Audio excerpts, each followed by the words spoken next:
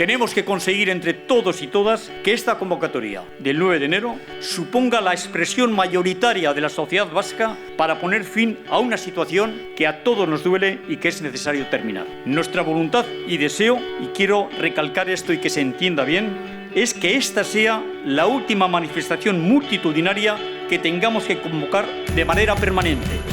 Pero hacerlo realidad dependerá del esfuerzo, del trabajo y de la ilusión de todas y todos.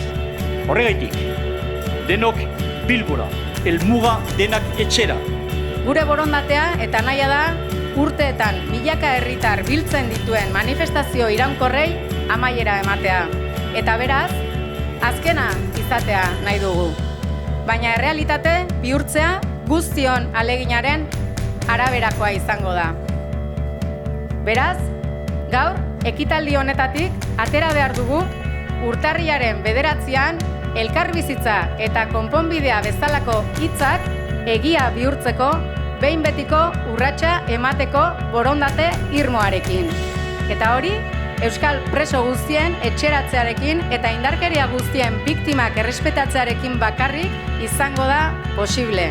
Preso, ieslari eta deportatuak etxera. Denok Bilbora, helmuga denak etxera.